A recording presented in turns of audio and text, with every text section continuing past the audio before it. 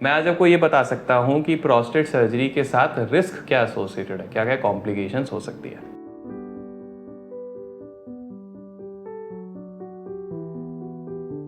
Good evening, मेरा नाम है डॉक्टर अमित बंसल।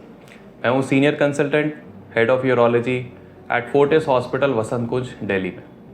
आमतौर पे सारी वीडियोस में लोग आपको ये बताते हैं कि प्रोस्टेट सर्जरी के फ़ायदे क्या हैं। मैं आज आपको ये बता सकता हूँ कि प्रोस्टेट सर्जरी के साथ रिस्क क्या एसोसिएटेड है, क्या क्या कॉम्प्लिकेशंस हो सकती है। देखो, कॉम्प्लिकेशन हर प्रोसीजर का एक इंटीग्रल पार्ट है। अगर मैं 100 मरीज भी ऑपरेट कर रहा हूँ तो 2 से 5 पेशेंट ऐसे होंगे जिसमें कुछ ना कुछ जो है कॉम्प्लिकेशन होने का रिस्क हमेशा रहता है। बट आमतौर पे लोग जो है यूट्यूब पे बड़ी रोजी पिक्चर पेंट करते हैं, ऐसा लगता है कि प्रोसीजर का कोई रिस्क नहीं है। ऐसा नहीं है। क्या क्या रिस्क हो सकते हैं और उसको कैसे डील किया जाता है, और प्रोस्टेट सर्जरी में ही क्या बेटर ऑप्शन हो सकता है जिससे उस रिस्क को अवॉइड किया जा सके, वो मैं आज इस वीडियो में डिस्कस करूंगा। सबसे पहली चीज़, प्रोस्टेट की मोस्टली जो सर्जरीज की जाती हैं वो पेशाब के रास्ते से की जाती है, यानी पीनिस के थ्रू। अगर आपका प्रोस्टेट बहुत ज़्यादा बड़ा है या प्रोस्टेट के रास्ते से अगर हम जो इंस्ट्रूमेंट डालेंगे आपकी बॉडी उसको टॉलरेट नहीं करती, उसके अगेंस्ट रिएक्ट करती है, तो ऐसे केसेस में पेशाब की नली, यानी कि जो पीनिस के अंदर जो पेशाब की नली है उसमें सिकुड़न आ सकती है। इसको हम कहते हैं यूरिथ्रल स्ट्रिक्चर। तो इनिशियली जब आपका प्रोस्टेट का ऑपरेशन हो जाएगा तो इनिशियली धार आपकी काफ़ी ठीक रहेगी, लेकिन हो सकता है कुछ महीने बाद जो है पेशाब की धार वापस सिकुड़नी शुरू हो जाए। आमतौर पर या तो पेशाब की नली में सिकुड़न आती है या फिर एक चीज़ होती है ब्लैडर नेक, यानी कि प्रोस्टेट के पीछे जो पेशाब का रास्ता है उसमें कहीं ना कहीं सिकुड़न आनी शुरू हो जाती है। ये काफ़ी हद तक इस चीज़ पे भी डिपेंड करता है कि कितना एक्सपर्ट तरीके से आपका ऑपरेशन किया गया है और आपका प्रोस्टेट किस साइज़ का था। जितना ज़्यादा बड़ा प्रोस्टेट होगा उतना ही टाइम उसको ज़्यादा लगेगा ऑपरेट करने में, उतना ही टाइम इंस्ट्रूमेंट्स पेशाब के रास्ते में ज़्यादा देर रहेंगे और उतने ही ज़्यादा चांसेस रहेंगे आपके पेशाब के रास्ते में स्ट्रिक्चर यानी कि सिकुड़न आने के। ऐड टू दैट, सर्जरी के बाद आमतौर पर पेशाब के रास्ते एक मोटी नली पड़ी रहती है, क्योंकि आप एनेस्थीसिया में रहते हैं, आप एकदम से चल फिर नहीं पाते और उस नली से जो है पेशाब होता रहता है। अगर उस नली के मटीरियल से अगर आपकी बॉडी रिएक्ट करती है तो भी इसके चांस रहते हैं। जितना ज़्यादा लंबा समय वो नली रहेगी उतना ज़्यादा थोड़ा सा स्ट्रिक्चर के चांस बढ़ते हैं। नंबर 2, क्योंकि सारी सर्जरीज में लगभग प्रोस्टेट छीला जाता है, यानी कि प्रोस्टेट का कैप्सूल वो छोड़ा जाता है और बाकी प्रोस्टेट का गूदा साफ कर दिया जाता है। इसको लेज़र या इलेक्ट्रिकल करंट से सील किया जाता है अंदर ब्लीडिंग को, तो हमेशा चांसेस रहते हैं कि दोबारा ब्लीडिंग हो सकती है।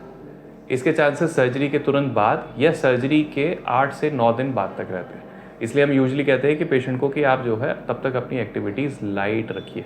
कोई भी भारी सामान नहीं उठाना है, कोई लंबा आपने ट्रैवल नहीं करना है और स्पेशली एयर ट्रैवल तो आपने अवॉइड करना है। तीसरी चीज़, अगर बहुत एग्रेसिव रिसेक्शन हुआ है या फिर आपके ऑपरेशन से पहले अगर आपको यूरिन बहुत जल्दी लगता था, बहुत जल्दी प्रेशर से आता था, तो ऐसे केसेस में, खासकर जिनके बड़े प्रोस्टेट्स होते हैं उन केसेस में इनिशियली यूरिनरी कंट्रोल काफ़ी वीक रह सकता है।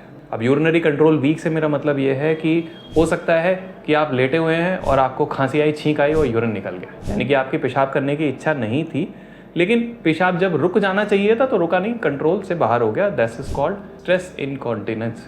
ये भी हो सकता है क्योंकि अंदर प्रोस्टेट को छीला गया है, जख्म अभी भरा है, उसमें नमक वाले पेशाब की एक भी बूंद लगेगी तो वो एरिया इरिटेट करेगा। हो सकता है कि आपको पेशाब का जोर इतना तेज लगे कि बाथरूम जाने से पहले जो है कपड़ों में छलक जाए। इसको हम कहते हैं अर्ज इनकॉन्टिनेंस। स्ट्रेस इनकॉन्टिनेंस जो होता है उसमें लार्जली एक्सरसाइज हेल्प करती है और मोस्टली पेशेंट्स में ये रिकवर हो जाता है, but initially few days, few weeks के लिए ये परेशान कर सकता है। आपको डाइपर पहनने की भी जरूरत पड़ सकती है। अर्ज इनकॉन्टिनेंस लार्जली दवाइयों से कंट्रोल हो जाता है। जैसे जैसे अंदर जख्म बढ़ता है, नीचे एक्सरसाइज करके मसल पावर वापस आती है तो काफ़ी हद तक ये ठीक हो जाता है। जिन पेशेंट्स में ठीक नहीं होता तो उनमें और मोडालिटीज़ या और सर्जिकल ऑप्शंस हम लोगों को एक्सप्लोर करने पड़ते हैं। क्या ये सारी की सारी प्रॉब्लम्स सारी सर्जरीज में कॉमन है? नहीं, ऐसा नहीं है। सारी की सारी प्रॉब्लम्स हर एक सर्जरी के साथ कम ज़्यादा रूप में एसोसिएटेड है। कुछ न्यूअर मोडालिटीज़ हैं जैसे कि यूरोलिफ्ट, रीज़म, इनके साथ आमतौर पर ये वाली दिक्कतें नहीं होती हैं, बट उनकी अपनी अलग कॉम्प्लिकेशन ज़्यादा होती हैं। जिनमें बार बार इन्फेक्शन है उसमें रीज़म हम नहीं कर सकते, जिसमें बार बार इन्फेक्शन होते हैं उसमें यूरोलिफ्ट नहीं कर सकते। जिनके बड़े प्रोस्टेट्स हैं 100 ग्राम 80 ग्राम से ज़्यादा है, जिनको मीडियम लोब है, उनमें हम यूरोलिफ्ट नहीं कर सकते। तो अभी भी जो ट्रेडिशनल सर्जरीज़ हैं, TURP हो गया या प्रोस्टेट की लेज़र सर्जरीज़ हो गई, अगर आप इमीडिएट रिजल्ट्स के बारे में बात करते हैं तो अभी भी बेस्ट बेस्ट रिजल्ट्स उन्हीं के। क्या हो अगर किसी का प्रोस्टेट साइज ही बहुत ज़्यादा है, आपने सुना होगा कि किसी का 110 ग्राम का प्रोस्टेट था, 120 ग्राम का प्रोस्टेट था, तो करने वाले तो लेज़र ऑपरेशन उसमें भी कर देते हैं और काफ़ी हद तक काफ़ी अच्छा करते हैं। लेकिन बात उसमें भी यही रहती है कि सर्जरी की ड्यूरेशन बढ़ती है, urethral stricture, incontinence, urine leakage और पाइप के रास्ते सिकुड़न के चांसेस बढ़ते हैं। ऐसे में एक बहुत अच्छी मोडालिटी होती है, उसको कहते हैं रोबोटिक सर्जरी, यानी कि पेशाब के रास्ते को टच ही मत करो। सारा का सारा ऑपरेशन जो है पेट के रास्ते बिल्कुल ऑपोजिट डायरेक्शन से कर दो।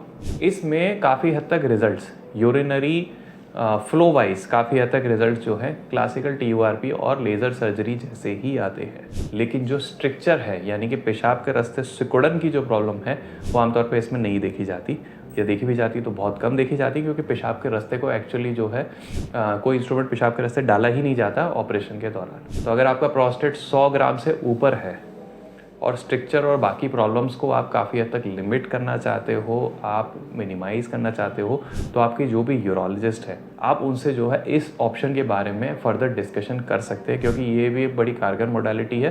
बीते कुछ सालों में काफ़ी ज़्यादा इसका प्रचलन हुआ है, काफ़ी सारे लोगों ने ऐसे सर्जरीज करी हैं और पेशेंट्स को एक्चुअली काफ़ी ज़्यादा बेनिफिट इससे मिला है। इसका प्लस साइड ये होता है कि अगर आपके प्रोस्टेट के साथ साथ अगर ब्लैडर में बड़े बड़े स्टोन्स पड़े हुए हैं या फिर यूरिनरी ब्लैडर में आप कभी रिपोर्ट्स में देखेंगे डायवर्टिकुला यानी गुब्बारे बन गए, तो उनका सिर्फ एक ही अप्रोच से एक ही बारी में जो है सब चीज़ों का ऑपरेशन एक ही बारी में रोबोटिकली किया जा सकता है। तो अगर आपका कोई भी ऐसा पेशेंट है जिनको प्रोस्टेट सर्जरी की शायद ज़रूरत है, तो बिल्कुल इसी इन्फॉर्मेशन बेस के साथ जो है आप अपने यूरोलॉजिस्ट, जो भी आपके ट्रीटिंग यूरोलॉजिस्ट हैं, उनसे आप एक बार बात कर सकते हैं और इस इन्फॉर्मेशन बेस के हिसाब से जो है आप, आई होप आप जो है बेटर डिसीजन मेकिंग कर सकते हैं कि आपके लिए better options, better surgical option क्या है।